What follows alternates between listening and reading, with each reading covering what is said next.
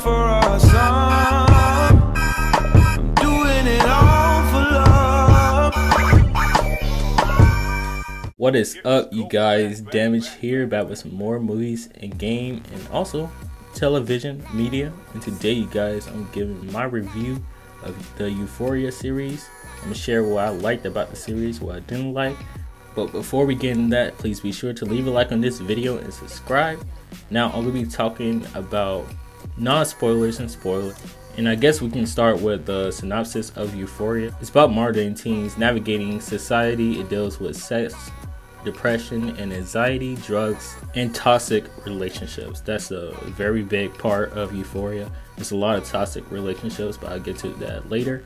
The star of Euphoria is Rue, played by Zendaya. She plays a recovering drug addict, and Rue is going through a lot in her personal life until she meets this girl named Jules, played by Hunter Schafer, I believe that's her name. Jules is a transgender teen who just moved into town.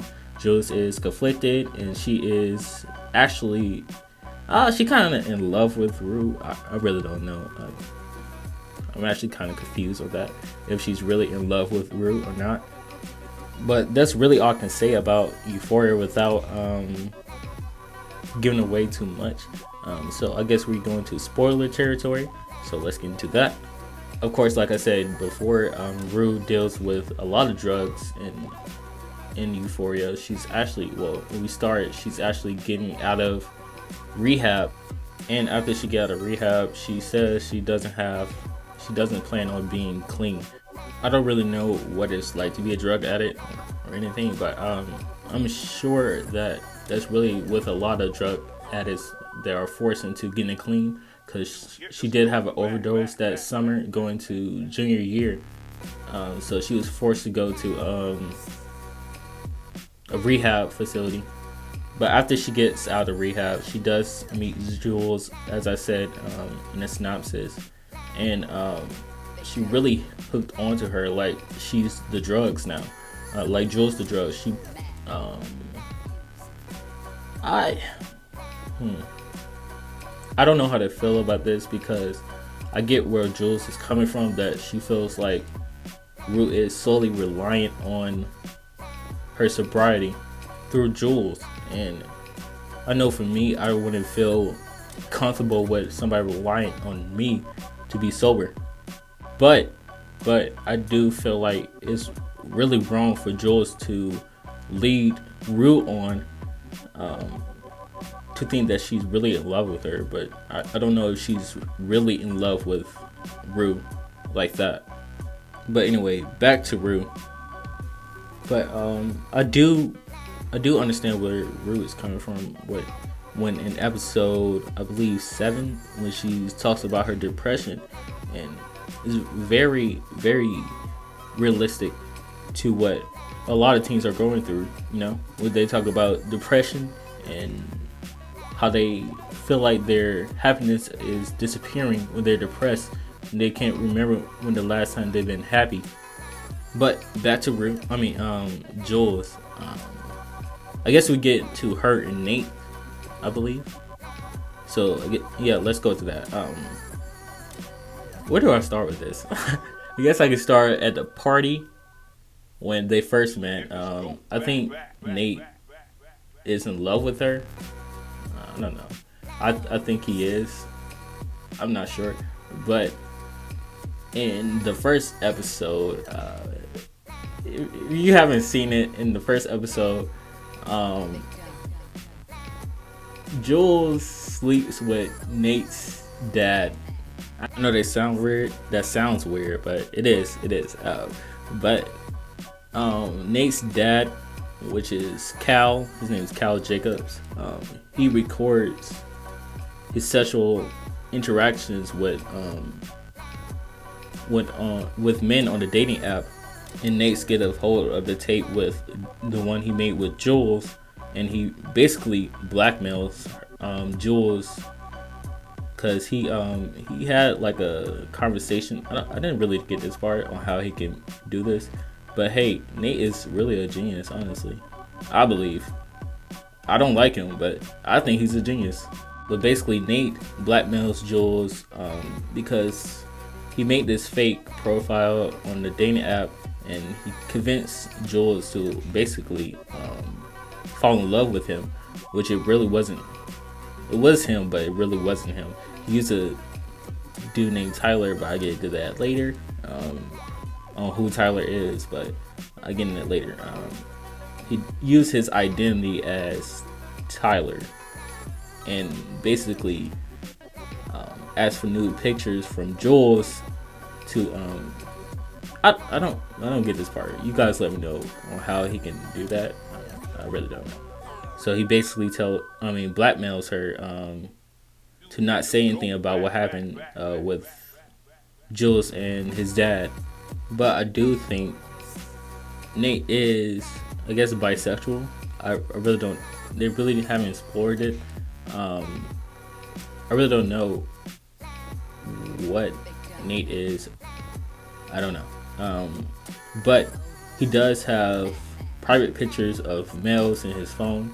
I guess he used that for Jules. I'm not sure. But I do have to give it to Jake.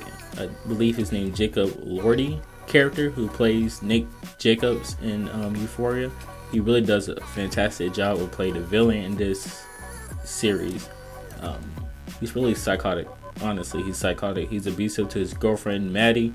I guess we can transition to Maddie from here. Basically, Maddie is Nate's on and off girlfriend. She says she really don't have anything planned after high school, but to be basically a wife, to be like a stay-at-home mom, I believe, also as well. But basically, Nate and Maddie's relationship are very toxic, like very toxic. I mean, he even chokes her at the festival. Was it a festival, or I think it was just carnival? But there was going to be serious ramifications of Nate choking Maddie.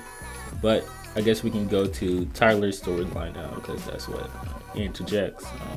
At the party, in the beginning of the episode 1, Maddie did have sex with this dude named Tyler. He was, I think he was 23, and she's 17. So it's statutory rape, basically.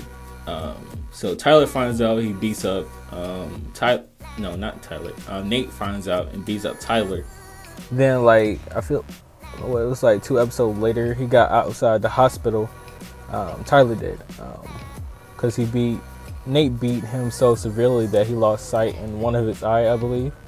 Yeah, it was intense. And then Nate basically blackmails Tyler into confessing to what he did to Maddie by choking her, because Nate was about to be charged with battery for beating up Maddie. Well, for choking Maddie, he didn't beat her up, but I think if she stayed with him longer, it will happen, which I hope that she gets out of that situation. I wish HBO had given them more episodes to explore these characters in depth. I know we got a lot from, we got some, but not a lot from Rue's point of view. But yeah, I think they need more exploration with other characters. I think this is really insignificant, but Nate's parents really hates Maddie. That's pretty much it that really happens with Maddie in Euphoria season 1. Anyway, but I guess we can switch over to Cassie. Cassie's parents is both addicts. Her mother is a alcoholic, and her father actually left Cassie and her sister Lexi after he got in a car accident. Then he started being addicted to painkillers, and then he basically stopped seeing his kids. Now, when Cassie got older, and now she's in, I think she's a senior, right? I believe she's a senior. No, she's a junior. She's a junior in high school. All right. But anyway, I find it very very realistic that she searches for people that, or men, to love her. That's why she's with a lot of, well, I wouldn't say a lot of people, but she's just searching for love and validation. Well, that's not what the people she mostly been with wanted from her. And she gets in a relationship with this dude named Christopher McKay. And Christopher McKay is actually a freshman in college, and they actually just got into a relationship with each other. But he knows that Cassie has a lot of sex tapes of her with her boyfriends that she's been with in the past, and it really bothers him, which I don't understand. He knows, they both know. He just won't open his mouth and say that I know, whatever. But that's besides the point.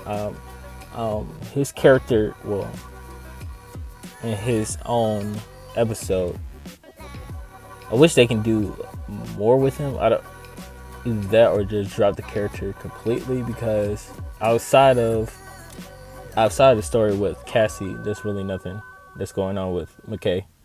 As you guys know, Cassie ended up getting pregnant, and Christopher actually wanted her to get an abortion. She actually ended up getting an abortion. I actually don't know if she wanted to get an abortion or she just did it just because he wanted to. And I actually think that's pretty selfish on his part. I know that it's a lot to take care of a child, but there's multiple things that you can do. I get it, if she didn't want it, then that would be fine, by all means. But if she was peer pressured to doing it, I think that's wrong. But okay, let's get into Kat's storyline. I think that's the last one outside the group. Then I'll give my thoughts on the whole series, what I would change, and my dislikes. Kat's basically feel like she's part of the Duff, I guess. If you guys seen that movie, you guys know what I'm talking about. Basically the designated ugly fat friend, the one that's supposed to always be there for, the popular girl. But then she started to take control more of her body. She actually loses her virginity at a party in the first episode. Then she meet this dude named Ethan, who's actually really, really kind to her, and she treat him like shit. And basically, well, I'm going all over the place with this, but basically she starts camming for random dudes to get money out of them. That's mostly how she get her money. I think. I guess she does. I don't know if fan fiction also pays as well, but I guess she get income from that too. But I think that's actually it with Kat. Her and Maddie aren't friends anymore, basically, because she basically didn't talk to Maddie after what happened at the festival. But now let's get to what I like and what I didn't like. What I think they should improve on in the seasons to come, if there are going to be multiple seasons. Okay, mainly what I liked about Euphoria is the realness and mostly realness of what happens in high school, basically. How there's actually rude people in the first episode when people was like, "Oh, I thought you was dead," and something like that. But back to what I like. I like how real it is, and I also like the cinematography. The cinematography is just excellent all turns. The acting is well as well. The two standouts are, of course, Zendaya and Jacob Elordi. I think that's his name. This could be his name for right now.